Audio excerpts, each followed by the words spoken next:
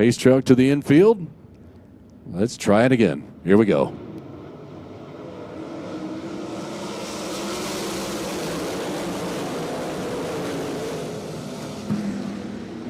Torgerson bounces the 1A off the cushion. Wagaman off the bottom. Hello. T-Dub launches the 27 out in front of the field. Troy Wagaman Jr. leads lap number 1. Davey Franick second in the 28F. Ashton Torgerson runs third. Chase Dietz is fourth. Torgerson off the bottom in the 1A. Shark Racing entry in the second. Wagaman, Torgerson 1 and 2.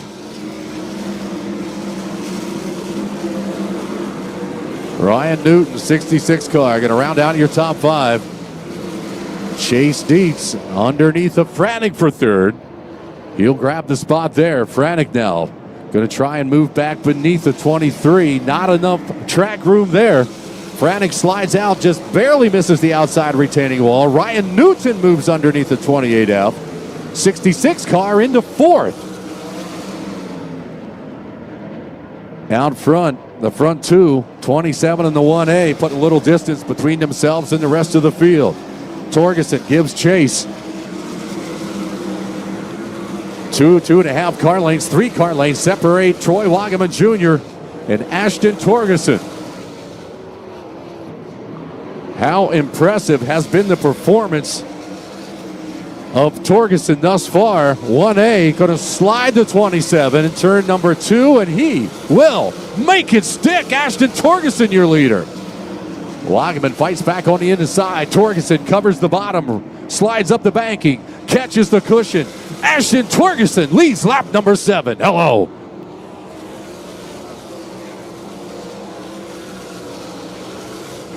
Chase Dietz underneath Wagaman. Wagaman able to get back under him.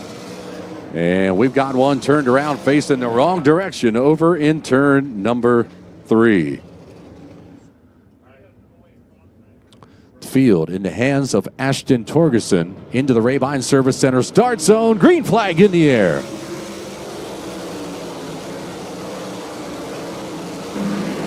Torgerson rim rides through 1 and 2. Chase Dietz launches off the bottom in the 23 car. Dietz flexing some muscle early, slides up the banking in front of Wagaman's 27 car. Got him. Chase Dietz into the runner-up position. Ryan Newton flying high through 1 and 2. He's all over the 27. Little contact off of turn number 2. Wagaman covers the bottom. That's exactly where Newton was headed. Ryan Newton out of the throttle, slides up the banking in the 66. He'll regroup. 9 laps into this one. Out front, Ashton Torgerson moving away. Take a look at his gap here. Last time by of 2.58 seconds. Make that 2.89 seconds. How about you, Danny Dietrich up to 6th. Dietrich from his 14th starting spot, and he is closing in on Lance Deweese. Dietrich with a slider through 3 and 4. Hello. Danny Dietrich, top 5 from his 14th starting position.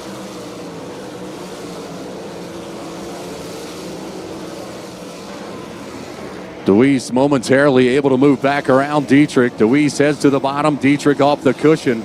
Forget about it. 48, gone. Out front, Ashton Torgerson having it his way. 2.55 seconds out in front of the field. And he has caught the back markers.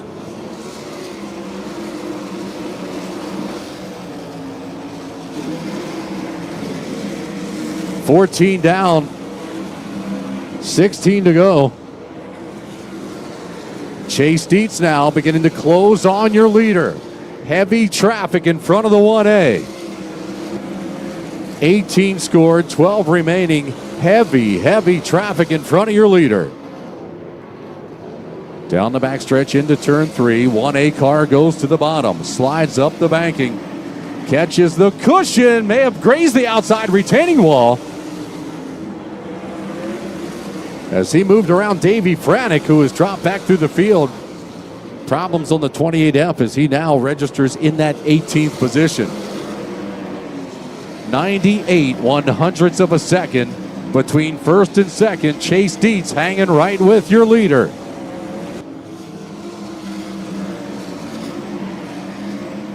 Oh, gutsy move there. Torgerson up the banking in front of Dylan Norris to put the 17 a lap down. That was not only gutsy, it was well executed. Torgerson driving Baps Motor Speedway like he owns it. He just hammered the cushion in turn number 1. He is not letting up. Does not want to let this one get away from him. When he comes off of turn number 4, he'll see the white flag. One more time around for Ashton Torgerson. What a story this is. And only his 10th start of the season. Second start for Shark Racing. He goes second quick overall. Goes to the bottom of 3 and 4. Comes off of turn number 4. Ashton Torgerson, a feature winner at Baps Motor Speedway. Here he comes. RF Knox and Company. RSI Outdoors Hunting Blinds. The Auto Barn. Pell's Tire Service on the side panel of this 1A. What a story tonight. He is out of the car. Checkered flag going up top.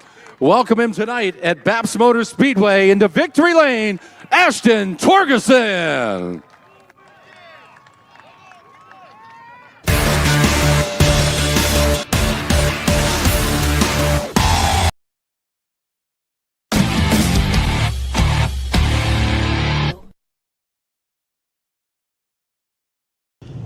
SprintCarUnlimited.com, coming to you from Baps Motor Speedway. We're here with winner Ashton Torgerson. Ashton, has this sunk in yet? I mean, second race in this car. I think it was only your 25th start in a 410, and you're sitting in victory lane at Baps Motor Speedway. Yeah, like you said, I mean, that's just unbelievable. It still hasn't kicked in for me yet. Just got back, talked to the guys, and I'm still in shock. I drove a good race there. I felt good from lap 1 to lap 30. So I can't thank my guys enough. But man, this is a great way to come out here. 2 nights racing, able to make the main for Port Royal, and then come out here tonight and win it. It's pretty good. Feels pretty good. You know, when you sit in a car for the first time, Pennsylvania's a tricky place. I mean, most people just make the A main and just get some laps, ease into it. I'm sure that's what you did last night, but not easing into it tonight. This place can race a little like a West Coast place sometimes. Did you sense that? And when did you realize, hey, I'm going to press it a little harder tonight and maybe not just ease into the night like many expected? Yeah, like you said, like coming in this weekend, I'm just trying to feel the car out, feel the team out. The team's trying to feel me out, what I'm comfortable with, what I'm not comfortable with. So, like you said, yesterday I was just out there, obviously wanted to win, but, I was just trying my best and trying to be smooth and learn as much as I could. And then tonight we come out here and I qualified good, and I felt good all night long. And then there in the heat race, I ran the bottom and I kind of, came in and I told myself, I need to go harder. And so once I start fourth in the main, I'm telling myself, I got to get going here. Like this is it. Like I got to go. So, like I said, just, unbelievable setup for these guys, Jacob and Bobby and the whole crew that helps out. But, just an unbelievable night and, learned a lot from that and gonna, put it in my book and keep going. It's not like you started on the pole and just ran away. You had to pass Troy Wagaman, who's been pretty good in Central PA the last couple of years. You could run anywhere. It seemed like you could run the bottom. Obviously, you slid him. You were able to really get this thing around the top, which was tricky because it was a little rough up there on the cushion. Just tell me about the pass and also just being able to put this car anywhere. Yeah, like on the start there, I was able to get into third and kind of make some moves up top, up bottom. There in the beginning, I was kind of sliding up to the wall and kind of coming off of it, which was good at the time, and I knew I would have to be better. And so I kind of got in second. I was able to chase him down, and I knew I was faster in 1 and 2, and 3 and 4 we were kind of even.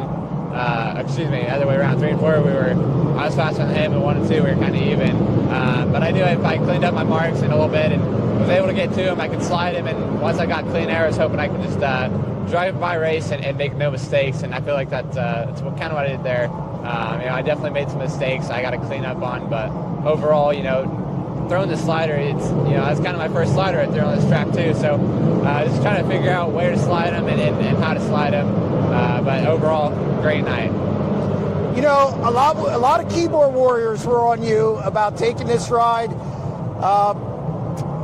I'd ask you what you have to say to them, but I think your performance pretty much showed it. But still, I mean, some probably a hard couple days for you. You're still a young guy. Do you think you proved something and maybe shut a lot of people up tonight? Yeah, well, I mean, I would, I really don't get into all that stuff. They can talk whatever, but I think my performance talked enough. And if they want, keyboard warriors, they can be keyboard warriors. It's whatever. But me, Jacob, and Bobby, it's all about us, and we're just going to learn for each other. And if you want to be a keyboard warrior, you can be a keyboard warrior. Like, it's whatever. But hopefully I was able to, make some fans, and hopefully some people can realize. Maybe they'll keep talking and you'll keep winning. Yeah, that's fine with me too. What's the plan here? Are you going to continue to run this car? Because you said in your post, though, just the weekend, or this is this weekend. Is this something that's going to continue? What's the plan moving forward? Yeah, I mean, I sure hope so. I think you've earned it. I hope so. I gotta talk to Bobby and Jacob tonight and over the week, and I feel like we're pretty strong already. So hopefully we can keep going in this car and see what we can do. But I really hope we can get in this car for more races or however more races at all. So I just got to talk that over with the team and see what we can go from here. Do you think running on the West Coast helped you tonight? I think any seat time is going to help me. West Coast, East Coast, wherever. Really, just as long as I get seat time, more 410 seat time would be nice. But like you said, I only have 25-ish 410 starts, and I got a couple more 360 starts than that. So it's kind of just being comfortable in the car and with the setup and who you're working with. And so I already feel comfortable already. So. Like I said, just all the seat time you can get helps. When do you think this will sink in? Man, I don't know. It's going to take a while. I'm not sure if I'm going to be able to sleep tonight, but it's going to sink in for probably the rest of the week. Congratulations on the win. Thank you.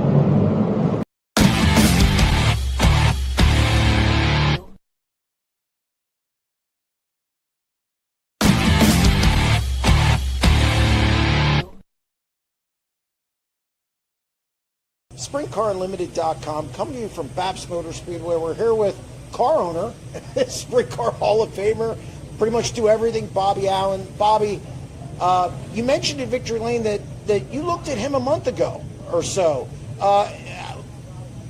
Tell us a little bit about that. You said you also have a list of drivers.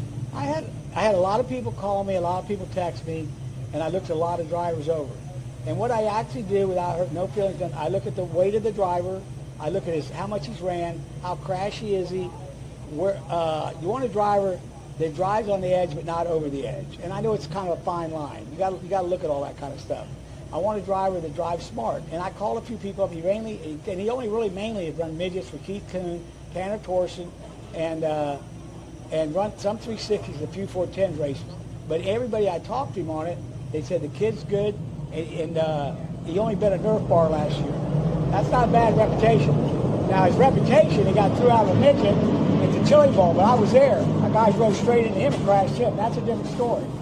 So anyway, that's my pick. I want a driver that's smart, that drives on the edge, but not over the edge, and that really, I don't have a trucking company, concrete company, any kind of company. My business is racing, so I do everything business-wise. And we're lucky to be able to do it. It's always by the skin of my teeth. I can't afford to have cars tore up, and I know sometimes it ain't the driver's fault. Well, then I look at all that kind of stuff. But anyway, that's how he was my pick. Then Cale was closer, so I thought, well, I'll give him another shot back here. He actually really did clear up too much stuff too quick for me, and I thought, well, I better give this other kid a chance now. And that's what I did. I talked him up, called him over. Yes, there's a lot of drivers back here. I looked at a lot of them. I had 2 or 3 choices and it was going back and forth. And hindsight's so easy. But right now, it's looking good. I watched him drive through traffic. I watched him race the car. He seemed to drive very smart but very good. Everything they said. But that could change tomorrow. But today it looked really good to me. Yeah, I'd say it looked good. You're watching this race. Are you surprised what's going on out there a little bit? I mean, it's only the second night in his car. No, that's how he looked to me the first night. He looked at me the same way the first night. You could tell how he drove. That's why we brought him in now to run this weekend mainly, because we're going to Eldora next weekend with the big boys, and then we're coming back here to run Lincoln and Williams-Grove. So I thought we needed a little bit of a. Last night he qualified good. He ran good in the heat. We overset the car up. It was our fault he wasn't good last night. We overdid judgment on things. The track was slick, windy, and all that. So I blame it on us last night. But again, I know Jacob has talked. He was on a show or two, and he said, "Look, we just want to roll it in the trailer." The win races or make money with a race car, it has to finish. It can't blow motors. It can't crash cars, and you also got to be able to drive it right accordingly to the people you're with. That's one thing with him right now. He says he don't know these drivers yet, and that's a little bit tough too. So he's learning that too, where to go and what to go. And I actually thought we were actually pretty good here because our car's good here. We're hit and miss at Port Royal, but we're pretty good here, and there's room to go low or high. So anyway, it all worked out for us tonight. It was meant to be. This had to exceed your expectations. Well, it did. It definitely helped a lot, I can tell you that. Now what? Well, we'll see what the next one says. Thanks, Bobby, and congratulations. You're welcome. Thank you.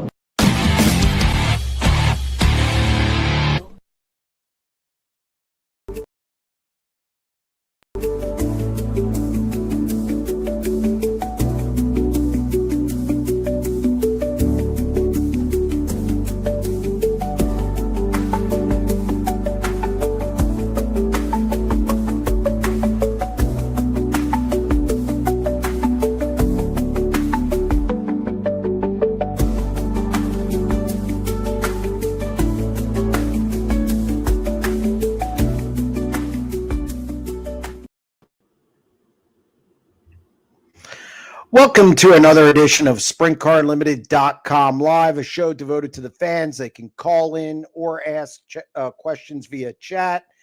Before we get to the phone lines, and before we get to that chat, we're going to hit on some of the storylines from last week. And I know what everybody wants me to start with because things blew up in the last, hour or 2 hours, but I'm going to make you wait for it. We're going to start with Kyle Larson. And what can you say about this guy? On Friday night at Jacksonville Speedway, he rolls into the World of Outlaws event and all he did was win by 4 seconds. Again, pretty impressive at a small track like that. Started, I think, 6th on the grid. I think they could have started him over in Terre Haute and it wouldn't have mattered. But he's won 6 of his last 9 World of Outlaws events, dating back to last year, and he has an average finish this year of 1.3. It's just going to be bad news for the competition every time he rolls into a speedway this year. I'm not saying he can't be beat. Anybody can be beat, but right now Kyle's the best in the sport, and at least when he's there. Period. End of story. 90 at 9 last week. On Friday, I should say, I said Sheldon Haudenschild was going to lead his first laps of the season over the weekend. I like the fact that it was Jacksonville and Tri-State, 2 short tracks. Said he was going to lead laps, and I said he could possibly win an event. He did both Saturday night, led all 40 laps at Tri-State, and gets his first win of the season. Ironically, I kind of, after the win, I look back, and he was 5th in points, despite having 8 top 5 finishes in 18 starts. He's been in the top 10 on 11 occasions. Not brilliant stats, but I do think Haudenschild's going to get back to victory lane a good amount of times this year, but he's still got to up that consistency to be in any kind of title fight or move up in the standings, because the guys ahead of him, they're both consistent and can win races. Ryan Smith was back in the 69K last weekend. showed up at Port Royal Speedway for the Keith Kaufman Classic, and he left with the biggest payday of his career. $15,000, well, in the team's wallet. And it comes as no surprise. It seems anyone who gets in that 69K, they're fast. Now, ironically, I kind of look at this as almost like a career resurgence for Ryan Smith. He, coming into this year, he only won one race since 2021. Won at Sharon last year, and now he has 2 wins at Port Royal. I think this combination is good enough to win the Weichert and or the Tuscarora 50 if things shake out right. They're fast, and obviously Ryan Smith and Kreitz know how to get around Port Royal Speedway. Rico Abreu said he wanted to get more laps at Knoxville, wanted to be better at Knoxville for when August rolls around. Looks like he's taking that to heart, and it's paying off. He beat the World of Outlaws there 2 weeks ago, returned last week and won a regular show, but there were 39 cars in that field with high limit being off. Rico maybe labored a little bit at the end of each of those wins, but I like what I see. Could be a handful when August rolls around. It'll be interesting also to see how he fares when the high limit season starts back up this weekend. And now what everybody wants to talk about. First, let's set the stage. Ashton Torgerson in the Shark Racing machine last week, and the announcement was made. A lot of people, a lot of critics online, everybody had an opinion on this. Look, Jacob and Bobby can hire who they want, when they want, and it paid off. Made the show at Port Royal. I thought that was a good night, but he came back on Sunday to Babs Motor Speedway. He gets the win. I know, let that sink in. He gets the win. I don't think anybody thought that Ashton Torgerson would park it in Victory Lane. Talking to him afterward, it wasn't even on his mind. And I don't think it probably still hasn't sunk in yet. But he gets the win in only his second start of the season, 25th start in a 410 sprint car. Coming into the weekend, he only had 2 top 10s. Now, flash forward to earlier today. Danny Dietrich put something on Facebook about there was a kind of like a shadow dip close up of the wing. He said innovations. He used that word. Jacob Allen has since, it made it look like a dish wing almost, except more pronounced in that particular shot. There's been other photos swirling around, one from Jeremy Zarfos as well, that it's not as pronounced. And it started a little bit of a dust up here on, and then of course, Jacob Allen posts one of Danny Dietrich's wings and said, call the cops. He's cheating. So wherever you guys land on that, to call in, it's 1-844-543-8589. I did do some research. I talked to Ryan Hand, who helps me out with the podcast. He had some thoughts on it, and I usually defer to him on anything mechanical or technical, but we're ready for your calls, ready for the chat. What do we got? We have Justin on line 1. That didn't take long. Justin, how are you?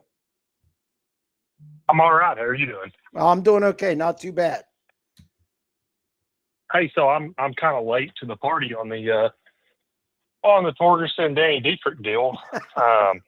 But what I was going to mention was Aaron Reitzel this year is currently doing pretty well, I would say.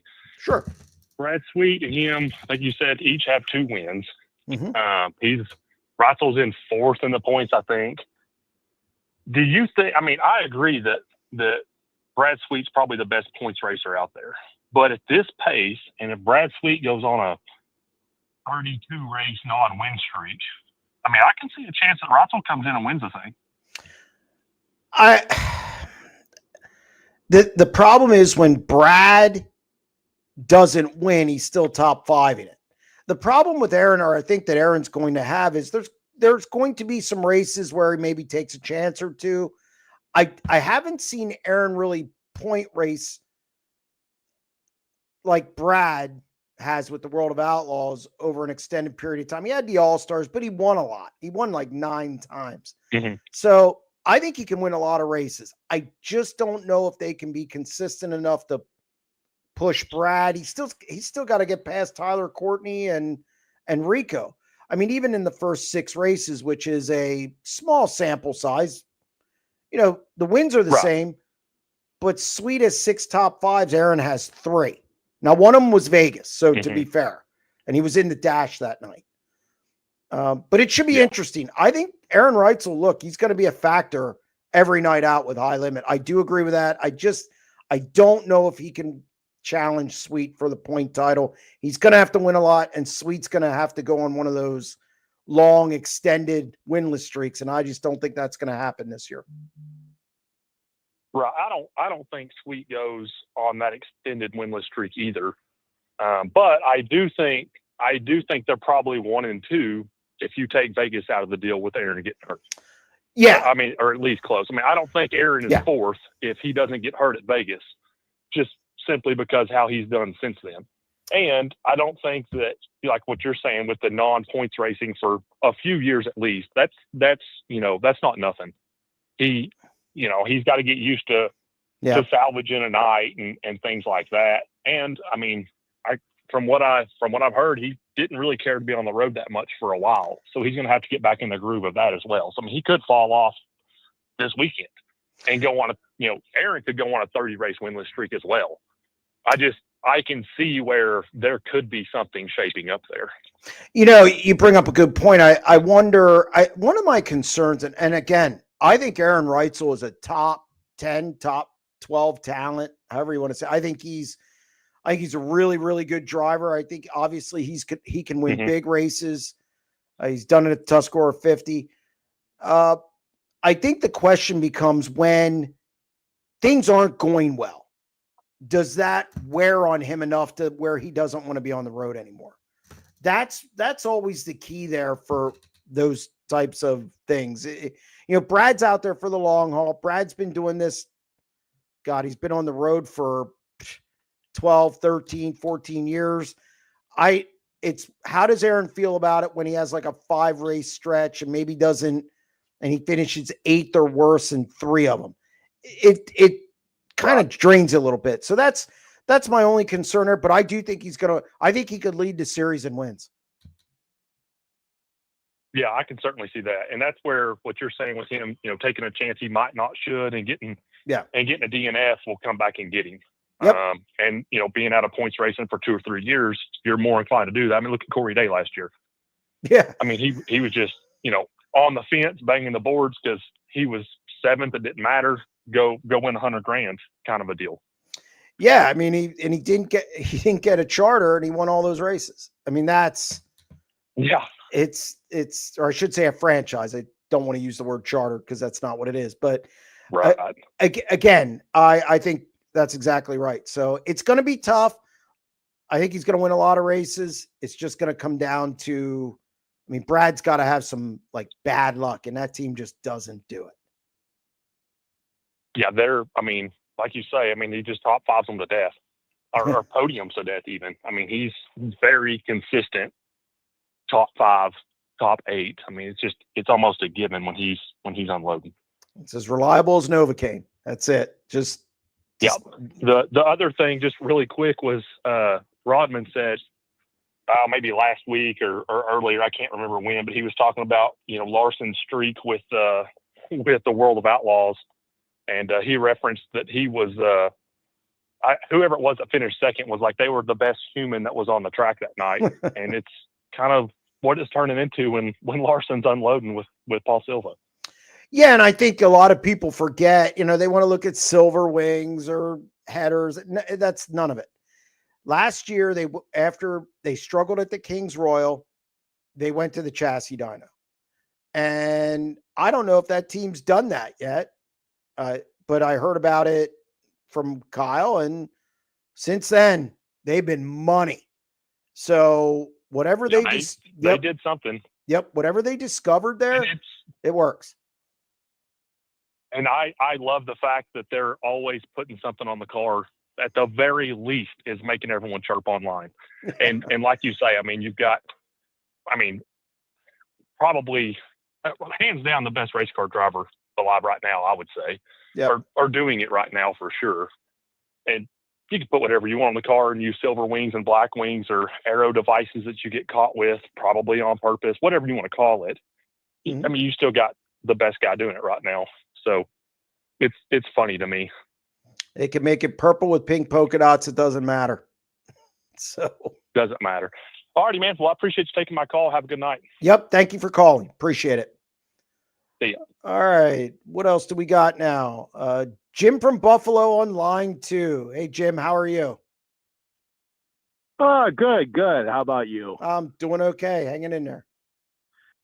Yeah. I wanted to comment on your 90 at 9 today, but I'll just leave that alone. We know. Rah. But anyway. I was critical of it. What did you want? I was critical of the 25-day layoff. Yeah, you were. There you go. I can call a spade a spade. You were right. So I'll give you credit. But over the weekend, I got to give credit to Rico Abreu. Great job out there in Knoxville. I mean, him and Ricky got that place figured out. I mean, I remember last year at the Cappy standing in turn 1 with Ricky, and I just asked him, "What do you think?" He goes, "I think we're good." That's all he said. He just kind of walked away. So they kind of got that place figured out. But also, too, over the weekend, I got to say, I love the quarter miles for the Outlaws. Yeah. I mean, just what fantastic racing, and Kyle does Kyle things. And then, you get down there in Hopstad. Honestly, geez, Brady Bacon, what in the world happened? I mean, we can't go for the hat trick. I mean, still, that was a tough field down there. Yeah, I mean, I think Kyle's right now is in a different stratosphere. Rico, the only concern, they seem to labor a little bit at the end of each one. So they'll definitely have to get that worked out. But then again, I mean, you have a break at 50 laps at the Nationals. I'm sure Ricky Warner and is already looking at it. And then Brady Bacon, you know what? I think Brady Bacon's an underrated driver in a wing car. I mean, he finished second at Jacksonville. He finished 9th, I believe, at Tri-State. He's won World of Outlaws events. I don't care if he beat him at Tri-State, a track he knows. I think Brady is an underrated wing driver, and I like him a lot. And I think probably doesn't have the funds that some other guys do. I think his equipment's good. I just don't think he has as much of it, which that's usually the case with a lot of teams compared to, your World of Outlaws or high limit teams. But yeah, no, Brady Bacon, we'll see how he does at Eldora. Big track, made the Knoxville Nationals A main last year. That stuck out. Always good to see Brady in the field for a wing division. We're going to see that a lot this year. Oh yeah, I wasn't trying to, be, hammer on him. No. He's I know. Hell of a race car driver. So, I got a hell of a lot of respect for him. He's a super nice guy. Talked to him several times when he's at a souvenir trail. Won't meet a nicer guy. But I added another thing on my list rundown today, though, about the wings. As long as they're flat when they go to measure them, that's all that matters. I mean, those things are made out of the flimsiest sheet metal they could possibly be made out of, so they flex. I mean, anything flex when you're going 100 miles an hour, and kudos to the guys for figuring out, to get a little more downforce. Hey, why not? Like I said, as long as they're flat when you put the 2x4 up there or whatever they measure them with, that's all that matters. Yeah, I mean, I just did my podcast and talked to Ryan Hand about it again, and I have a lot to say about it. We'll see if anybody asks me the right questions. But yeah, I'm not. It could be a 90 at 9 tomorrow as well. It's it's a material. The material is flimsy. I thought it was interesting. Jacob put up a picture of Danny Dietrich's wing as well, and there was a little bit of like ripples in 2 spots. So I think Jacob's ripple was just a little bigger in the one shot, but the shadow was big as well. So I don't know. We'll see. We'll see. It'll be interesting to see what people have to say about it, over the course of this show. Well, if you think about it, if you put the cross members instead of from side to side where you get like 3 separate zones, if you put them from top to bottom and you have leave a little slack there, I mean, the wind will force those down. I mean, you can get a 2 2.5 inch, dip in the middle of the thing when you're going 100 miles an hour. I mean, it'll just add your downforce, and it'll be like the old dish wings, which I wish they would bring back, because then you wouldn't need that stinking wicker bill. Yeah. I mean, I know. Yeah. No, I agree. I mean, look, I want dish wings to begin with. It's as simple as that. I've said that now for probably 2, 3, 4, 5 years. I want more compounds for tire selection, not necessarily companies, but compounds. It's going on in late model racing now. And I want dish wings. That's it. So that's where I'm at. Yeah, I think that it add to the competition. And somebody mentioned Paul Silva. Paul's just a modern day Carl Kinzer. Remember when he put the VW engine hood on the car? It's like, look at this, look at this. Well, I do something someplace else to make the car faster. I just, like to watch and see what he comes up with next. It's actually pretty cool to see the ingenuity and the thought process behind what he does, and the different things that he comes up with. Yeah, no, I agree. So it'll be interesting. All right, Jim. All right, just a couple things before I go. The 69K, what a beautiful green machine. I really enjoy another blog to watch is Team S TV. I think he's venturing in a new world here, and I think he's great for the sport. And I tell you what, these people that have Flow Hockey, when the 25 days HL takes off, they need to watch some of the playoffs. It doesn't matter what level it is. It's just damn good hockey. And I know I might eat a little crow for saying this because they sucked the last 2 games, but go Jets go. Have a great day. I told you they're not that good. Jim, thank you very much for calling. I appreciate it. The number to call is on the screen there. Anybody who wants to call, again, 1-844-543-8589. What else do we got here? Did the Shark Racing 1A gain a on-track advantage with the wing the way Danny has it pictured? Look, I have not seen under the wing yet. Danny's texted me and said the ribs aren't there, which is the front to back underneath there, that they're not there. Look, there's a couple possibilities with this. And again, I have not seen a picture underneath of the wing to see if the ribs are there. Talking to Ryan Hand, and he didn't see it either. We couldn't see it from the pictures, at least the pictures that I've seen so far. So if a wing's worn really bad, the skin, the ribs wear, and of course, if they're not there, that's another story.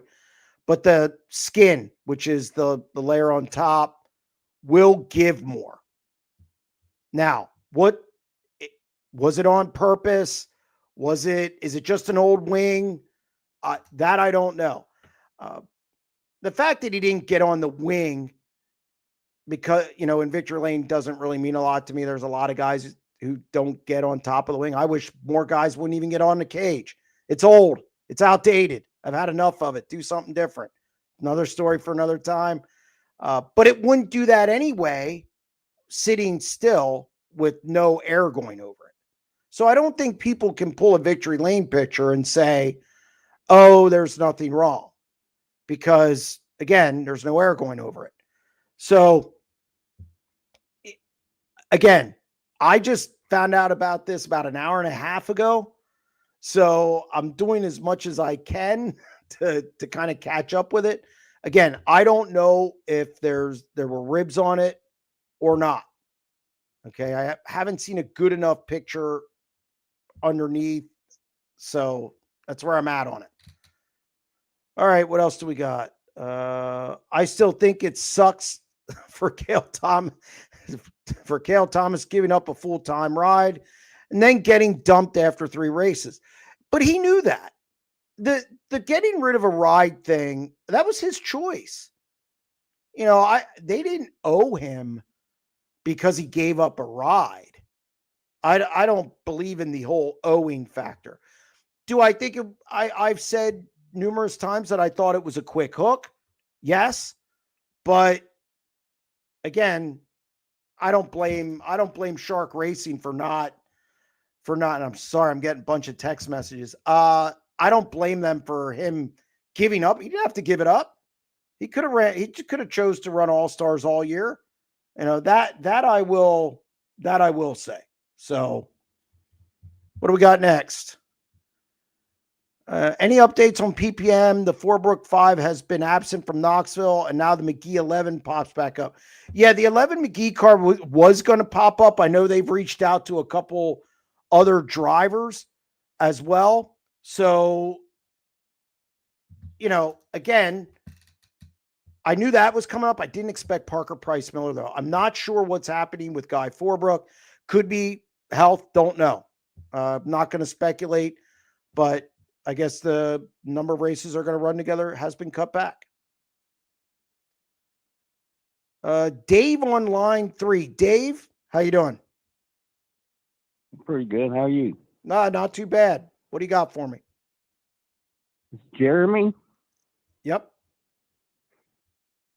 Well, you remember the days when everybody had the T-shirts that said "Run what you brung," and Yep. The rules wasn't so tight and everything. And I'm just thinking, if they're not careful, it's going to end up like NASCAR, IROC. It's kind of getting ridiculous. Well, I mean, there's a lot to unpack there because, look, racing's expensive. That's not going to change. It's so if you let guys go willy-nilly and run whatever, then you're going to have a bigger gap between the have and have-nots. And while that was okay in the 80s and even the 90s, now things are so expensive. I don't think the little teams could absorb that, and you're going to be running around with like 14, 15 cars. So that's a problem. Do I think they're too equal and crew chiefs are in a box? Yes, I do. I've talked to a lot of crew chiefs about that. Now, there's still things you can do, but, look at golf, tennis. People say that tennis and golf were ruined by technology, graphite drivers, rackets, so on and so forth. I don't necessarily believe that. I just think it's different. Look, there's still a lot of good racing out there. We get into this thing where, the racing sucks. I'm sorry, I don't think the racing sucks. Even this weekend I saw that. So I just think the racing's better than it's ever been. Well, I mean, the difference back in the 80s and the 90s, you had guys you had the have and the have-nots. If you have guys, they could start 12th, 15th, whatever. They could drive to the front because they were faster. Now, you got 20 guys within, 2-3 tenths. You're just not going to catch guys. It's different. The equipment's gotten better. You're not making things out of a garage anymore. You're buying them. There's a lot of layers to that. And I just, the truth, as I like to say, the truth lies in between sometimes. And I don't know. I don't have a definitive answer on that. You can't just go back to the 80s and 90s and run what you brung. I think you'd be down to 15 car fields. It's like last week when they took that win away from that guy up at Attica over a half inch on the wicker bill. Yeah. I mean, a half an inch. I mean, there's some guys that will tell you that means a lot. And you got to know the rule. You show up. I don't know how you mess up the wicker bill. I don't know how you mess that up. I mean, I just don't. So, I mean, you don't conform to the rules, you get teched and you're done. That's it. So, has the Outlaws made the fire extinguisher things mandatory this year? Yeah, no. You have the fire suppressant systems. Yeah. You gotta have that. You gotta have that. Yeah, that's a good rule right there. Well, the problem is with it. The one problem I see, it hasn't been tested. I mean, we've seen them fly out of the car. Right. I mean, Well, you don't want another thing like you had there with Carson up at Knoxville. You don't want Yes. too many more of those incidents. Yes. No, I agree. I agree. So, but Dave, that's what I got for you. It's Okay, buddy. Good talking to you. Good show. I enjoy it. no problem. I got to take a minute. I'm getting texts, and you know, it's text from Danny to World of Outlaws Tech.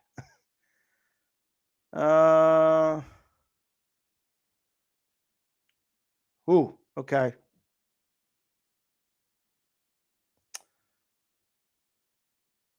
Looks according to this is I don't know. I think ETH. Yeah, that's according to the World of Outlaws. Looks illegal to me. The braces are low to create dish. Can't have that. Or there's no braces at all. If I push on it and it moves, it's illegal. There you go. Yeah. So a lot of back and forth. Oh my God, Danny. Yeah, I don't know who's who on the text, and there's obviously a picture over the top, so I can't see. Yeah, shame you have to do with it locally. Look, again, I can't see enough. There's a picture on the screen. I can't see under that enough. See, there it doesn't look as bad as on the other picture. So, again, is it a certain now? Again, Ryan Hand looked at all of them and he said, you know, there's a shadow there. There's other parts of the track where it's going to look worse and then look better. Because you're obviously, if we're coming down the front stretch, he kind of made the point that that's where it's going to probably be the worst because you're going to have all the air on it. Whereas in the corner, you know, it could be blocked, whatever. It could be one side, not as pronounced as on the other side. Again, definitely you can't have a dish wing. And is it give? Yeah, it gives. Is it I don't know. Again, I didn't see, and now I'm mad because I was in the pit area and never thought to look under the wing. Just never occurred to me. So maybe I need to add that to what I do in the pit area. But yeah, I mean, it's definitely ramped things up. Do we have a question, whether phone, chat? Okay, we have Mike on line 4. Mike, what do you got? Yeah, several questions. Go ahead. The 69K. Did you post a good picture of that? I think I saw it this morning, but I didn't get if you could post a nice picture of that again, please. Which picture do you want? The new green job. Oh, I don't know if my producer can dig up the Interstate Batteries car. Yeah. Was it on yours this morning? I thought I saw it on yours this morning. No, it wasn't me. I did not have anything on. Okay. I mean, it looks good. It's odd. It's odd to see the powder blue 69K with green. There was a time when it was white. I don't know how many people remember that. It was brief, but it was white. Yeah, I vaguely remember that. So that's the deal. Obviously, that Bell's sponsors, took care of the wrap, and they're paying for probably him coming out there at some level. Oh, I'm sure. I mean, look, that's not a team that can afford to just tow to Texas on a whim. They're not. Exactly. They're not going to wrap. No. On our deep dive, Don Kreitz Jr., the last one, he did too. He talked about the possibility of a sponsor coming along. There you go. That's what he was probably talking about. Right. So do you think that they go out there? I'm familiar with the team. They only go out there with like one car, though, don't they? And probably only 2 engines. It's not like they go out there with two cars and 4 engines, right? Yeah, no, they're definitely limited with equipment. I know at Lincoln Speedway they broke what they broke. They broke something and they didn't have another one. So yeah, they're not equipped to have cars and I suspect 2 engines and a car. But the guys they put in it don't bend stuff up. Right. Well, that's why, of course, Donnie Kreitz was like Bobby Allen, just stayed on the friggin' bottom and stayed out of trouble, Yeah, I mean, yeah. But it's a cool looking car. I'm anxious to see Christopher Bell in it. I'm anxious to see Darren Pittman in it. And I think they're going to be fast, and I think they're going to be contenders to win. All right. That's that. Next one is the A1. Yay for them, I guess, is what I'm going to say. I don't know this kid at all. A lot of people don't. Allen. Yeah, exactly. The Allens I support. I met Bobby 40 years ago when I was helping on race cars. And just a good yay them, I guess is all I'm going to say. Yeah. No, they did a good job. Yeah. All right. How was the crowd at Baps? Would you call it a average crowd, a good crowd, a great crowd? What kind of crowd was it? Could have been better. Wasn't one of their best crowds. It wasn't one of their best crowds. They had wind. So yeah. It could have been better. All right, that's an honest call. I appreciate that. Which is one of my reasons is I'm having trouble, and I mentioned this before, and you said to take it up with the tracks, and I've tried that already. Is I'm handicapped, and I have trouble getting in and out. And I'm just one guy, but I guess I'm just venting.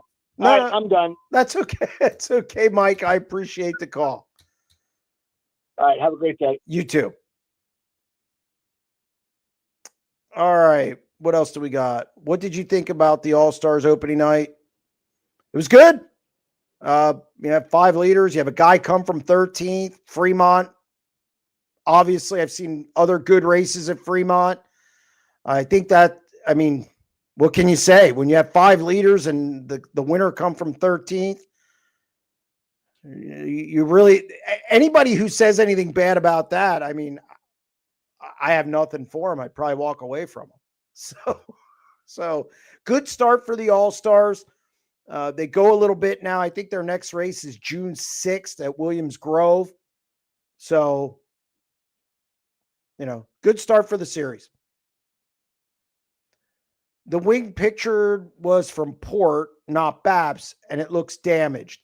Yeah, but it's not like they have a bunch of wings laying around. Look, it comes down to this. Okay. I don't think, if you're going to ask me, do I think, well, let me backtrack on that. There's 2 sides to this. Okay. Was the wing damaged? Was it worn? Was it whatever? And did that make kind of that weird ripple dish / whatever? Understand that. I think Danny Dietrich brings up a point about, things not being on the wing, that maybe some things were taken off the wing. I don't believe the bolts, like somebody suggested to me earlier about taking the 2 bolts out of the center so the center droops a little bit. Man, that could bust apart in a hurry. It's not like those things are made out of lead. And here's the other thing. It's not powder coated. According to Ryan, who I've referenced a few times, powder coating on a wing could be 5 to 7 pounds. I think he said when Greg was there, because he was always worried about weight on the car because Greg was bigger and heavier. That's another kind of side to this. The powder coating definitely makes things a little sturdier. So there's a lot of variables to this. It just happened an hour and a half ago, or that I found out about it. That's what I get for taking my car into the shop and being there. I know Jacobs responded to Danny and showed the 2 ripples on his wing, which I'm sure my producer showed. And look, now we got controversy. There you go. But again, I'm not going to say they cheated because I don't know that for sure. So there we go.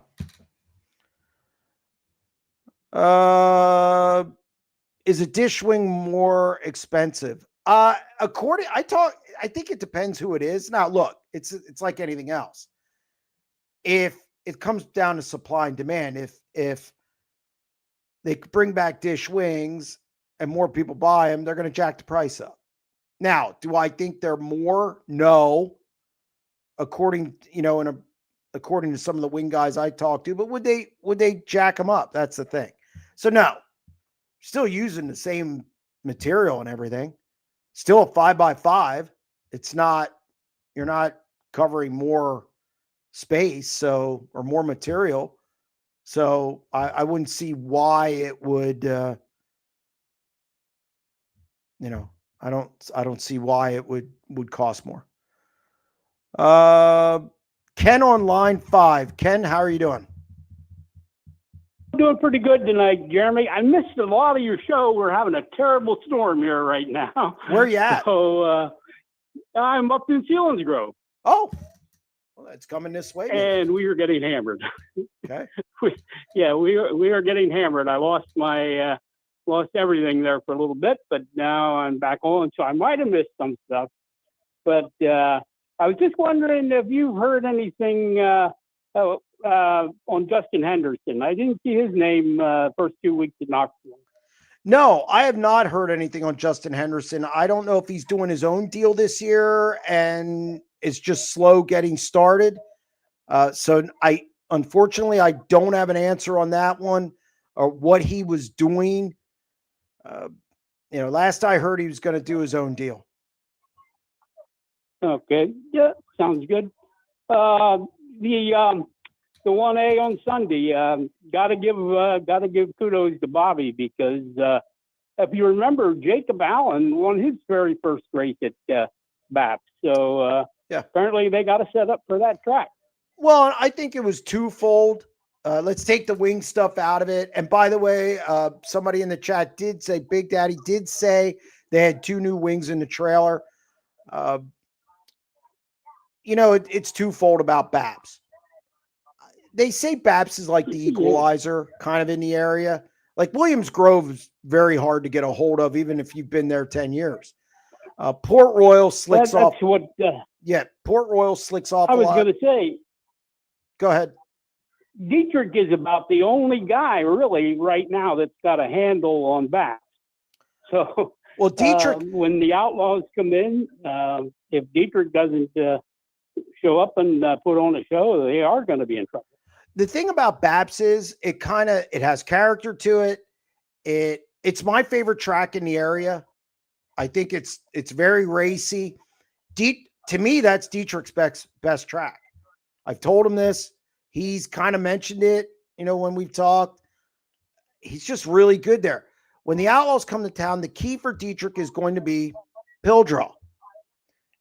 Pill draw determines these races a lot. If you draw, you got to qualify. Yeah. Well, the problem is if you split group and you're in the second half of the first group, or that back line, or so the last 5, 6, 7 cars of that first group, that's the worst place to be. And if you time there, it's a lot to overcome. If he draws the front of the first flight, if there's 2 flights, which I think there'll probably be, I think he'll be fine. Should be, yeah. And then if he's in the second group, again, things equal out. I think he'll be better there. Dietrich needs to qualify. That's what it comes down to. At BAPS this week, he didn't qualify as well. He started 14th in the A main. Nobody races better than Dietrich at BAPS Motor Speedway right now. Oh, definitely. He went 14th to 3rd. So, it's all about qualifying. A lot of the good cars on his way to 3rd. Yeah, it's all about qualifying for him there. And that's, he could win half the races there. With rain getting a couple. One thing I was... maybe some others. Go ahead. No, go ahead. One thing I was kind of wondering about, I listen to your picks every week with Ryan. With the podcast, with Ryan. And when, like the case last week when Field didn't show up at the All-Star race, what do you do in that case? We throw it out. So he Throw caught it a out break. altogether. Yeah, he caught a break. In other words, yeah. Unless he would have taken the other Henry, like you almost said. I tried to give it to. I tried to say, hey, Caleb Henry's there, but he didn't bite. He went with Scotty Thiel. Scotty Thiel went back to the IRA race. I tried. But he caught a bad break the week before when he had Larson at Knoxville and it got rained out. Not my problem. Anything I could wish bad on Ryan when it comes to the picks, I'm going to do it. Well, be careful when you pick this week because we already it's one of those weekends where there's rain in the forecast everywhere again. Let's just say the high limit race tomorrow, I didn't throw down my best pick. I waited for the Texas Motor Speedway. We already made our picks for this week. I'll be amazed if they get that one in. Well, I'll be looking forward to listening. Sounds good. Oh, the only other thing I want to say, I remember, I give Bobby Lowen a lot of credit. Mm-hmm. I remember the days when he came into Port Royal with not one, not two, not three, but 4 cars. I mean, he had Bobby himself, he had Joey, he had Richard Lupo, he had Steve Stambach. Yes. All 4 of them came into Port Royal one night. 2 years ago, he had Landon Myers out there.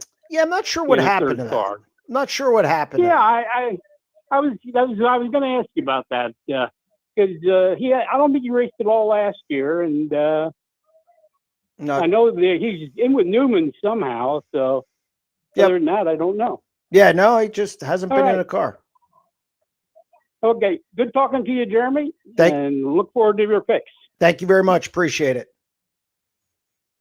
All right, let's get back to it. Any information on what happened with Dylan Cisney's ride? I heard he was out of it. I know they had steering problems at Port Royal. It wasn't a good start. They had steering issues. He pulled in, never got time trials. Came out in a heat race, took half a lap.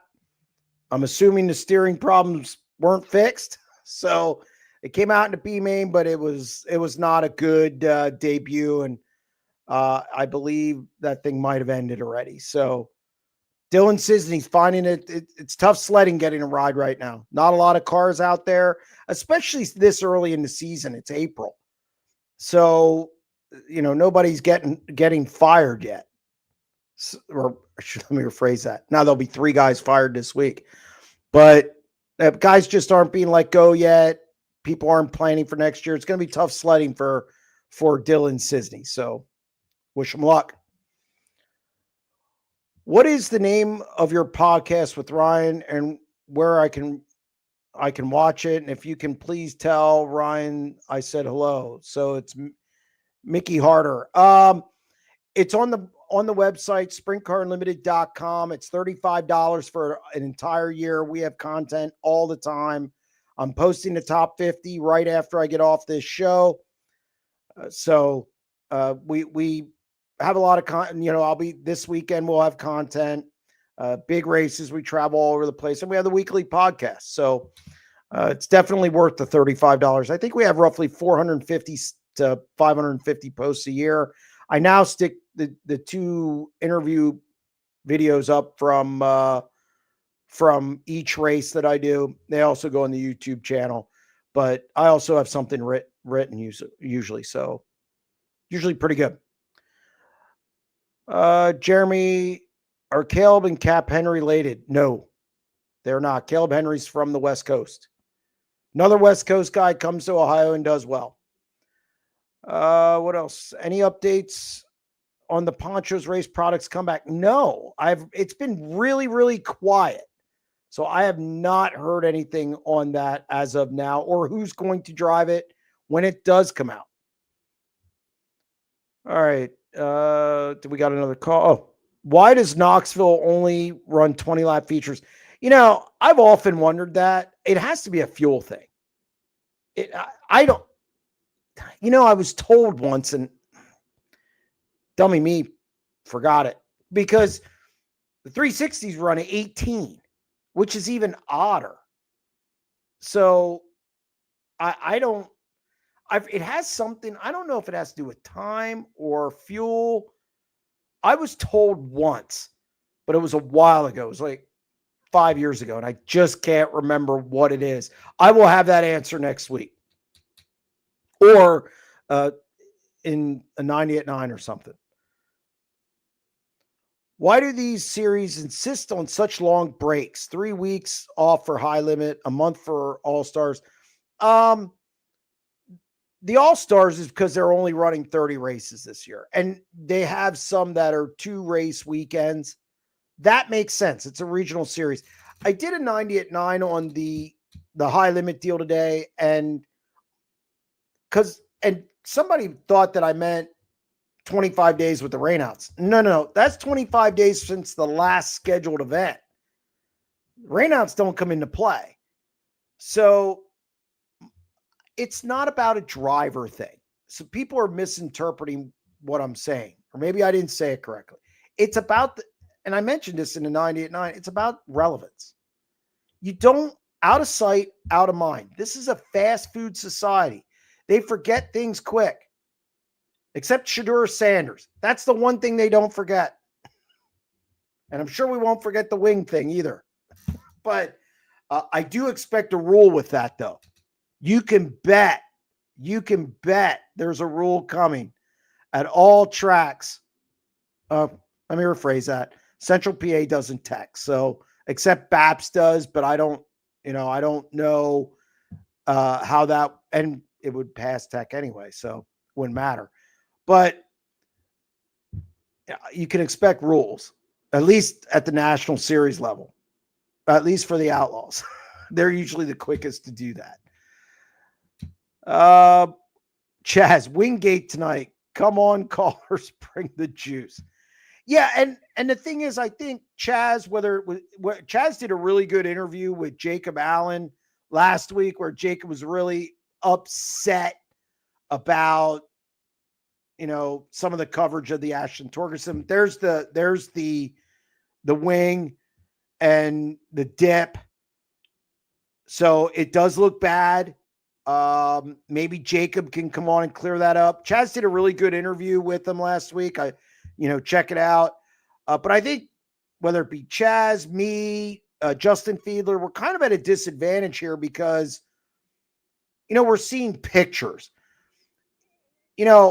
That's like some people who watch pay-per-views and then they want to say something's illegal. It's a pay-per-view.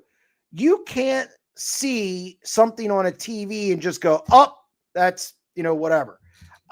Come on. That's a bit much. Now Chaz has said that it looks to him like a damaged wing, which he said Jacob was bitching about fixing. And just threw it on the car. That's fine. I'm not going to say it's a lie. I'm not going to say that Danny's wrong. I'm not going to say he's right.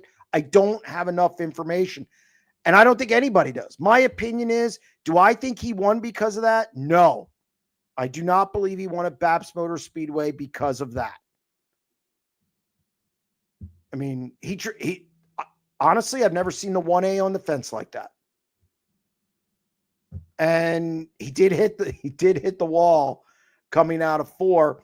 Did a good job. Now, again, I don't know all the particulars, the ribs underneath, the things underneath, again, I'm not saying yay or nay because I just don't know if that gave enough of an advantage. Some will say yes, some will say no.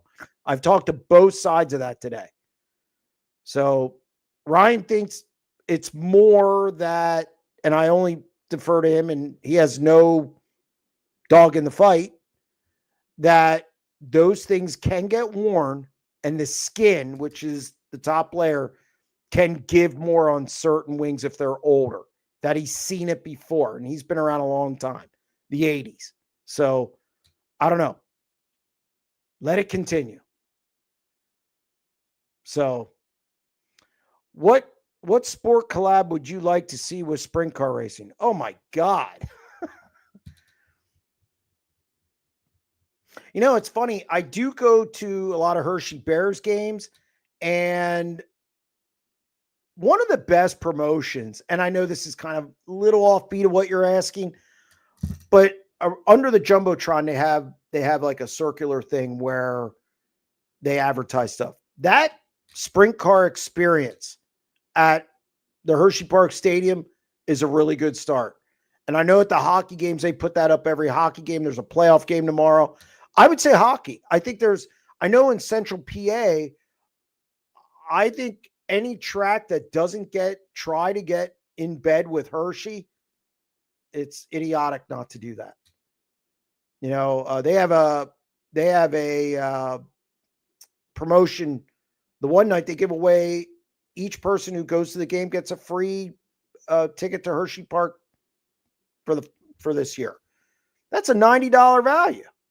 Game ticket ranges from, for a season ticket, it's roughly $20 a game, give or take. I mean, you're getting your money's worth. So I'd like to see tracks get involved with that. It seems like there's a lot of hockey fans that go to races around here. So, the NFL is too big of a stage. Basketball just doesn't jive. Hockey seems like more of a blue collar type of thing to get involved with, and it's quickly becoming. It's my second favorite sport now. So, but the playoffs are awesome. What else do we got? Any idea on the crowd at Sealands Grove on Saturday with Port having the Kaufman Classic? Hoping the crew at Sealands Grove can get the track back up and running strong. I saw pictures. By the way, for the record, don't buy into pictures. I don't care what track it is from the side. They're not legit. You could have a bad crowd and take a picture from the side and it's going to look like it's full. You got to take it from the front, from the infield looking at the stands. It's a pet peeve of mine. I think they probably struggled this week. The weather wasn't really great the first week. So it's going to be tough sledding to get that off the ground. We wish them luck. All right. So we are being led to believe that they put some trick superstar wing to go win Port in this kid's first start. That doesn't make sense. Yeah, I don't buy that. That's the part that Chaz, I'll agree with you, Chaz. I don't think that was, I just don't believe that was, came in Friday and said, we're going to put this cheater wing on and we're going to run 20th. Because they ran 20th. And the feature, not competitive at all. Come back the next night, and overnight they said, we're going to put on another wing, and maybe it's not going to be as bad. It's too much. I just don't think they think like that. Now, I'm not saying racers don't. Look, I'm not naive. I've been around a long time. But I just don't. BAPS is a track that the 1A is good at. I think he has 2 wins there, if I'm not mistaken. So, again, I just don't believe he won because of that. Here's the other thing that Tieckman, and by the way, I said it on Racing Boys yesterday, and I'm going to say it again. They deserve all the credit in the world. Torgerson took a lot of heat. Shark took a lot of heat leading up to it. They ran well. Give them props. Things fell their way too. Danny started 14th. You start Danny Dietrich in the first 2-3 rows. Start Anthony Macri, first 2-3 rows. They all started, back. Now, again, I'm not taking away from Ashton Torgerson. I thought he did a great job. Past Troy Wagaman, who's been good there in the past, who's been good in Central Pennsylvania.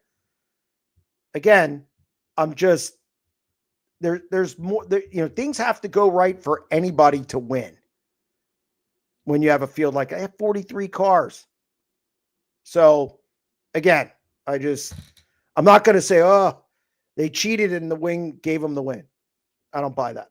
Chase Dietz is also pretty good this year. The sport is often monkey see, monkey do. That said, do you think PA owners will look at West Coast drivers more so now that Ashton came in and had success? No, I don't. By the way, and this is, I'm going to take a shot at Chaz because I gave him props earlier. I don't want him to get a big head. It's one race. It doesn't mean California is better than Pennsylvania. It doesn't mean it's not what it means. California has the best young drivers in the country. They prove it every year. All the guys who've come out of there, Rico, Buddy, Gio, Brad Sweet when he was younger, won the Kings Royal in 2011, something like that. Come on. They produce the best young drivers, and I think it's because of their feeder system. Does that mean their drivers are better? No, I think they probably get better training on adverse conditions. Tracks are sometimes out there like, cornfields. You have some weapons out there. Lap traffic, you're into lap traffic in 5 laps at a lot of those tracks. I think they have a better training ground for them to leave and do well. But that doesn't mean the area is better than Pennsylvania. Ashton Torgerson, if he remains in that car, we'll see what he does at Williams Grove. We'll see what he does at other places, Lincoln, so on and so forth. Again, I always talk about perspective. I don't want to be a prisoner of the moment. And he did a great job. They deserve all the credit. He drove a really good race. But it doesn't mean an area is better than another because of one race. It's just, I don't buy into that. Knoxville, for the first time, had a Knoxville night at a USHL hockey game with the Des Moines Buccaneers. It wouldn't surprise me if something like racing and hockey. They're both blue collar as well. That's another part of it. And hockey in Iowa? That's like hockey down in Florida. I don't understand it, but I say that tongue in cheek. But no, I'm glad to see it. I'm glad to see Knoxville do something with hockey, and I think the sports just mesh. It seems. I go to a Hershey Bears game. I see car owners there, crew members there. It's good stuff. All right, what else do we got? Looks like the parallel internal wing supports don't come up to same surface as the horizontal supports, allowing for ripples to be more, and it cuts off. Maybe. Yeah, I mean, I'm sure it's going to be looked at. I'm sure it's going to be scrutinized. And, I think Danny made look, there's no better poster on social media in sprint car racing than Danny. And Danny just does this deal where he goes, old Scruffy pulled one over on us. I need to do he just kind of the way he said it. So it was just good. Again, I don't think that they walked out and said, we're going to make the wing do that. It just doesn't, who knows? All right. What else do we got? On the Fordbrook 5 is health. What I've heard. Yes. I've heard the same thing. I don't like talking too much about people's health because of HIPAA.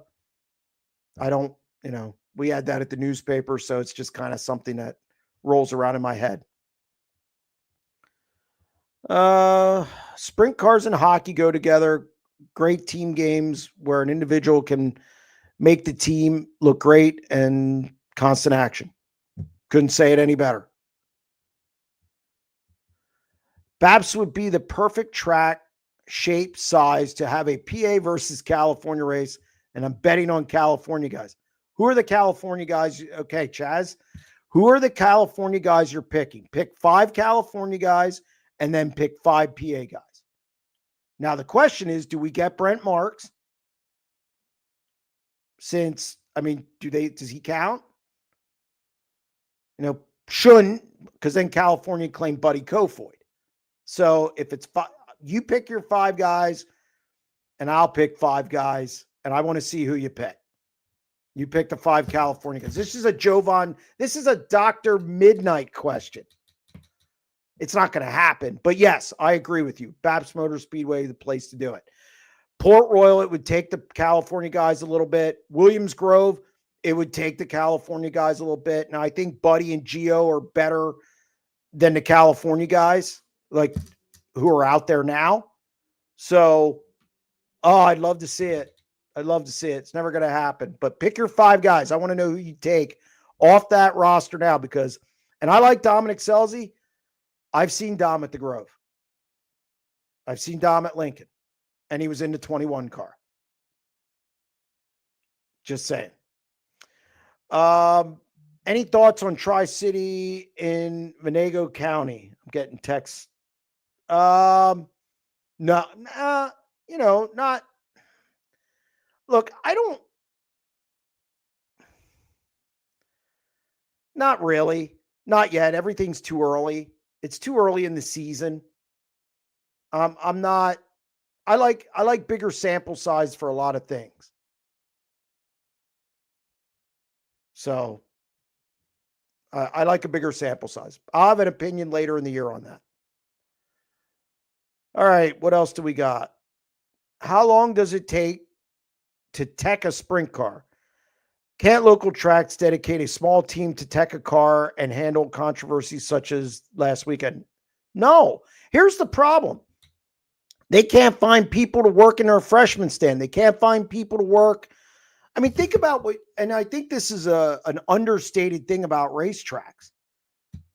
People think they just open the doors and the money comes in. That's no. They have a hard time getting employees because who wants to give up their weekends? You're not doing it full time. So it's a part-time job. You're not going to have a kid do something like that. Who wants to give up their weekends?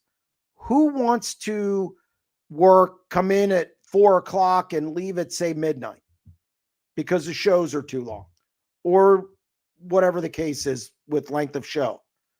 There's no set schedule because you never know when it's ending. Racetracks go through things when it comes to personnel that people wouldn't believe. I see it, and I talk to these promoters who, man, they have a hard time. There was a track locally that had 4 flagmen call off this year in one night. One night. Luckily, the weather was bad. But how do you put on a race then? So you're asking about teching. So you got to have a guy who A, knows what he's doing. And by the way, the guys turning the wrenches on these cars, for a large group of them, they know more. We mentioned Danny Dietrich tonight, and we mentioned Bobby Allen. You think they don't know more than the tech guys? You think Ricky Warner doesn't know more than the tech guy? So it is a thankless job. You get yelled at. I've seen tech guys get yelled at, things thrown at them, who wants to put up with that? That's the big problem when it comes to look, in a perfect world, that's how it would be. In a perfect world, and I think everybody should have teching. And then there's some tracks, I'm not going to name who they are, they don't want teching. You know why? Because they're fighting for cars every week. They're afraid they're going to chase somebody away. There's a lot of different variables when it comes into just, it's a good question though. Opens up a can of worms. All right. If you get marks, go ahead. Does California get Larson, Macedo? No. So no, we don't get marks. No. Now, who's out there now and who's in PA now? The only one we can claim is Macri because he's not on a national tour. Larson. You're funny. Nobody can claim Larson.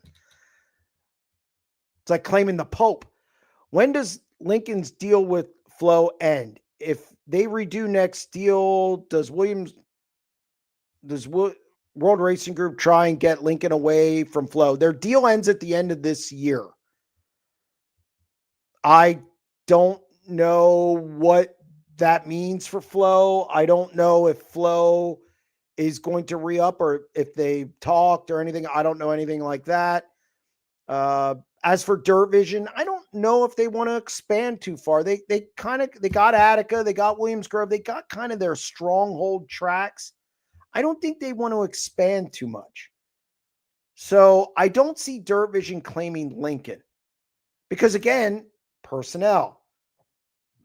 I'd love to do a behind the scenes of pay-per-view / streaming because it is a moving target and you got to have people. And again, it's tough to have people if you spread yourself too thin. You need cameramen, you need producers, it's just not enough people to go around in this niche sport. Okay. You only got like 10 premier half-mile tracks in the country. The rest are all smaller than that. This is why California drivers can travel and have success more than PA guys. I don't agree with that. I think they adjust to the half miles too. I think it's because of their training. They are going full tilt every week or every lap of every week. Because if you don't, you're going to hang it in the fence. You have tracks with ruts, cornfields, goat pass, whatever you want to call them. You hit lap traffic. So there's nights at the Grove you don't hit lap traffic. If you get 2-3 cautions, you're not hitting lap traffic. You can kind of get out there. I don't want to say coast. I'm not diminishing what our locals do, but it is a different style of racing. How did Anthony Macri do at the Trophy Cup? He did rather well. The good drivers adjust and the others don't. Anthony Macri was really good at the Trophy Cup. So I don't think it's a half-mile thing. Gio won at the Grove. Then drive past David Gravel to do it. Buddy Kofoid won last year at Williams Grove. He made him look stupid. It's a big half-mile. I don't think it has anything to do with it. I think it's California. These guys out there, we don't have outlaw carts. We don't have the feeder systems. And here's the other thing, Chaz, and I think, we have so many divisions here, you don't need to run 410s. We have 305s, 360s, 358s, 410s. Oh, by the way, then we have East Coast, USAC East Coast, Super Sportsman. And those are just, URC. You could run URC, which is a 360 class. There's so many divisions. So I think we're spread thin. I think that hurts our cause a little bit. So I think there's a fact. I don't believe it's a half-mile bull ring thing. I think it's just they're on the chip every lap of every race every week. And they have money out there. They have we have kind of a blue collar deal here. So I don't think it's that. All right, what else do we got? What do you know about the second Stamen car driven by Carmen Perigo? Not a lot. I know Stamen at times has had 2 cars before. He had Justin Whitall in a car last year with Borden at the same time a couple times. So having Perigo in it, that's not a surprise to me. It wasn't, it's not a surprise to me. John he's involved. Let's put it that way. If the hockey teams advertise sprint car racing, should tracks advertise hockey? If they're giving me money and selling my product, absolutely. All right, let's get through these. So no mark. God love Chaz. So no marks, fine. Sanders, Golobic, Carrick, Tim Kading, Neto. Neto's assignment is to put moves on Dietrich off turn 2. All right. I would say here we're going to go with Troy Wagaman. We're going to go with Dietrich. We're going to go with Macri. You're going to go with Chase Dietz. And then I don't even think it matters. The 69K, Ryan Smith, you're going to lose. Those drivers will lose at BAPS to 5 drivers from PA. Because you can't just go by one. You got to do, top to bottom, do a where they finish thing. They're going to lose. Doesn't mean they're better. That's a good group. I think Justin Sanders is really, really good. I think he's the best on the West Coast. Golubich's consistent.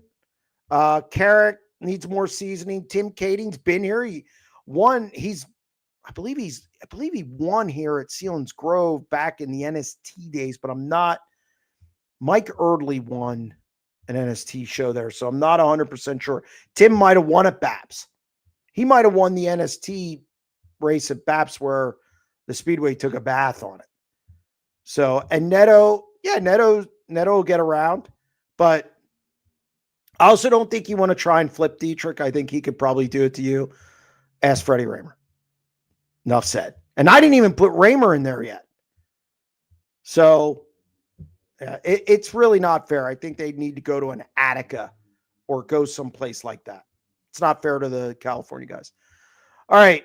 I think BAPS has always kind of favored different drivers that you might not expect to be up front or even win. I just think it's a different type of track. It just has character. It has a cushion. They don't mow it down like the other tracks. I think the shape is perfect. The shape is perfect. It's a racer's track. You're going to get into lap traffic. I just think it has a lot of good factors to it. All right. Is the McGee 11 back full time? No, not full time. They will not come back full time. Okay. Why not advertise on billboard or radio? Because nobody listens to Celestial Radio anymore. They listen to Sirius. Cars are coming with Sirius now. I don't think radio ads, I would never do that. Billboards. They have billboards here. I know going down to Lincoln, there's a billboard for Port Royal, I believe. There's different billboards in the area. All right. Tech guy is like a referee. When they do a good job, no one cares. When they suck, anybody wants their head on a stick. Yeah. And again, it is a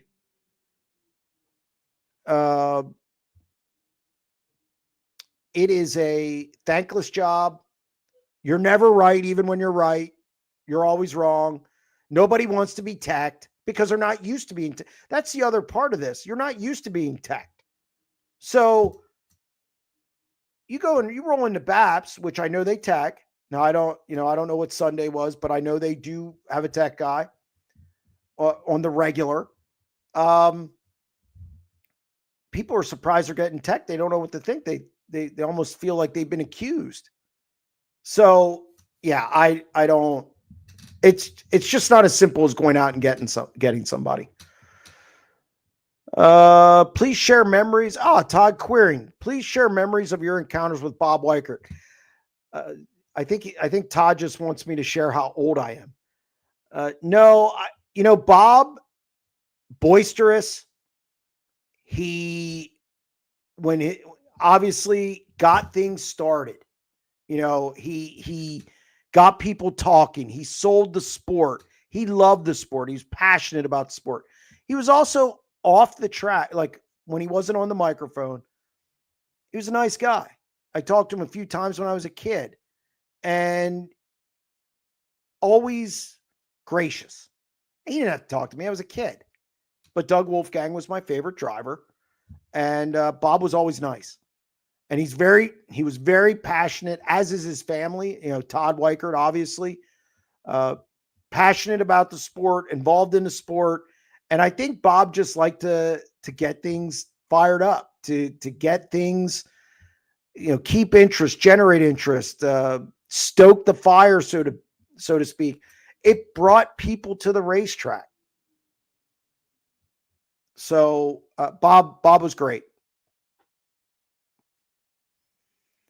All right. Do we have anything else? Aren't flag stands subject to OSHA? What? Fall protection requirements, simple COT's bolt or swing gates are readily available. Yeah, no, I would think, like Barry Jackson would be a good one to ask about that. Anybody with parks and recreations experience, that's what that would fall under. I don't think racetracks are being monitored that closely, and knowing some of the racetracks, that's probably a good thing for fans and drivers to have a place to go watch these races. But I would assume it would. In a perfect world, one of the two major national groups runs quarter miles only. Well, the problem with that is, there's a lot that goes into a show. I don't know if there's enough quarter miles who can afford to have those events. And by the way, quarter miles, they don't have enough seating. A lot of them don't have enough seating. So there's a lot of inherent problems there to overcome. I like where your head's at, but again, this isn't a perfect world. All right. All of those guys are dominant drivers in comparison to Ashton, who just beat your entire... It happens. TJ Stutz beat the Outlaws. Is he better than David Gravel? Is he better than Kofoid? Is he better than Carson Macedo? Is he better than Sheldon Hanshield? Is he better than Logan Schuchart? Everybody gets beat.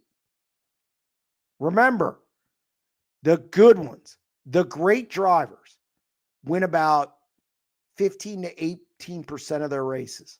That means they lose 82% of the time. Steve Kinzer did not win 50% of his races. Steve Kinzer is considered the best of all time. He didn't win 50% of his races. If he doesn't win, somebody has to beat him. It happens. It doesn't mean it's not a 7-game series. So it's one race. It's one race. It doesn't mean is Ashton Torgerson better than Danny Dietrich? Ashton Torgerson would laugh at you about that. He's not. It was one race. And racing, there's a lot of factors that go into it. It's not a baseball game. It's not a football game. It's not hockey. It's not a basketball game. Again, there's an old adage: the longer you play, the more the good team ends up winning. The more you play. That's the old adage. It was one race, so it doesn't matter if they beat. Case in point, Aaron Crocker won an Outlaw show. She better? Is Judy Bates won at Port Royal? God, I mean, rest in peace. She recently passed away. Condolences to her, to her family. There's a lot of guys who've won one race. Is Jason Sides better than David Gravel? Is Jason Sides better than Donnie Schatz because he beat him at the King's Royal? Again, it's one race. Doesn't mean you're better. Just means you had a good night. All right, what else do we got? We got a few more minutes. Will on line 6. Will, it's 7 minutes till I got to get off here, buddy. You slipped under the wire. Oh, not too much. I only have two things. I'm just going to be in and out here. First thing, the dish wings. You're pretty passionate about it. What? I understand they're illegal, but what's so good about them to make them illegal? Well, they changed it, and look, I got to remember back. It was a while ago that changed. I've talked to a lot of guys who say that the air is better, that there's not as much dirty air with a dish wing. That it was all air, dirty air. That's why I want dish wings. And I thought the racing was a little better back then. Now the tires were different too. So, I mean, there's a little give and take there. So, I think really what people need to focus on now is why is late model racing have different compounds as far as as far as tires, and sprint car racing doesn't. Like they have a couple, but they all use the same. You need comers and goers. You need to give people a choice. That was taken away. So, but dish wings. Yes, I agree. If you don't start in the front of if you don't start in the dash, you don't really have a chance to win. Oh, I mean, theoretically, but Caleb Henry won from 13th. Kyle Larson last year at Peevely smacked him, drove through the field. Right. We've seen it. That's correct. We've seen it. It can be done, but it is harder. Yes, it is harder.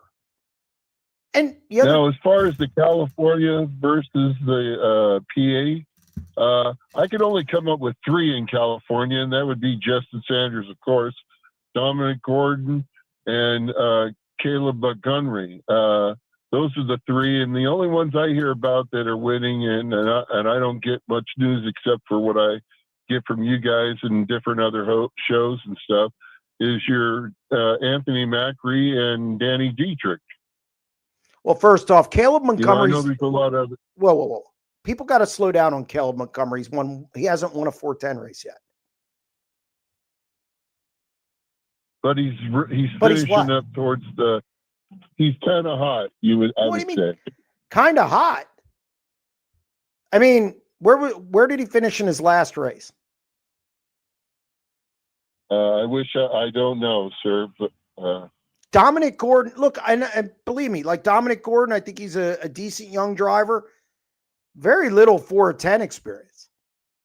But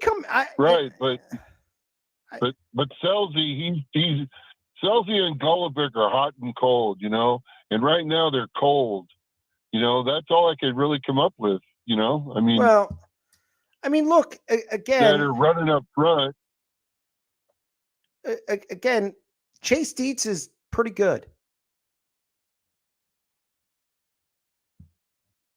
I've heard the name a few times. I've heard the name. Well, you need to watch some races there back in Pennsylvania then. That just comes down to that. I mean. Well, I was until Flo turned off Lincoln or whatever. And I don't get Williams Grove either. Well, you can watch Flo Port. Either, I don't think. You can watch Port. Okay. And the 69K runs here. And the 69K runs here. And Ryan Smith is, that car is really good. And Ryan Smith's right now kind of a career resurgence in that car. So, look, it's not going to happen. It's fun to talk about. It's not going to happen. And I know. And I think it would be unfair to ask California guys. Man. What's that? I said, thanks for taking my call. No problem. Thank you. All right. We got a couple minutes here. I'll clean out if there's any quick comments. Dean Reynolds, who helps run the Super Dirt Series, was at Sealands Grow this past weekend for URC show, and he said it was packed in his post. Port Royal didn't look very full for a special show. I'm always a little skeptical when I hear the word packed, okay? Because my packed and other people's packed is two different things. Port Royal, yes, was a little off, but it was 20, 30 mile an hour winds. So got really cold. Had a heavy jacket on by the end of it. Hi, mate, watching from Australia. Any updates on Donnie Schatz' car engine program? Look, they're still working with the Chevy. I think they're just working it back in. It's going to take some time. And the other thing is, too, it's just a lot to overcome. New crew chief. It's just a lot going on there. Tough to win. Jeremy, who do you think will replace me someday? Johnny Gibson, the voice? I don't know. I doubt that that's Johnny Gibson, but I have no clue. How about Carson Macedo, dirty driving style? I'm sorry. I don't buy into it as much as now. I don't think I told him don't go in a midget. I said it on a podcast I did with him. The dirty driving thing, I've seen way, way worse over the years. Way worse. way worse. Not even close. I don't get into that. Chaz could win Paps allegedly. Maybe. I don't know. Who else? Is that about it? Any update on Sisney's next move? No. I wouldn't doubt if he gets in Bernie's car a few times. I know they've talked a little bit about that. So we'll see. I don't know. Dylan's in a bad spot. Our National Touring Series encouraging safety upgrades in an effort to maintain safe tracks on the schedule. I've been seated behind sketchy trackside fencing and decided to relocate. I've always believed that safety is a matter of convenience. Unfortunately, and we're not proactive, we're reactive. So I don't know. I know they look at some tracks. Riverside has been looked at critically, obviously last year. So I think it's happening more than it used to. So that's a good sign. Hopefully they continue to move even further in that direction. All right. Which part driver will carry the touch again? Which posse, I'm assuming you mean posse driver, will carry the torch against the Outlaws? Macri, the obvious choice. Yes, because he times well. And it's at the Grove and Lincoln. He hasn't been good at Babs. So I don't know about that. The Grove and Lincoln, yes, because he times well. So Dietrich at Lincoln, if he gets anywhere in the first 4 rows, could be a player. Chase Dietz. Those are the guys who stick out to me against the Outlaws, those 3. All right. That's a wrap on the questions, guys. Thank you very much for joining the show. Again, a lot of good questions, a lot of good feedback. I appreciate it. And we'll be back next Monday. Because the Outlaws are at Lincoln Speedway on Tuesday. So I'm moving the show to Wednesday, or I'm moving the show to Monday, as long as my producer's okay with it. So, and he just gave me the thumbs up. So we'll be Monday next week, 7:30 p.m. on our YouTube program. Thank you very much. Or platform. I'm sorry. Thank you very much. And we look forward to talking to you next week.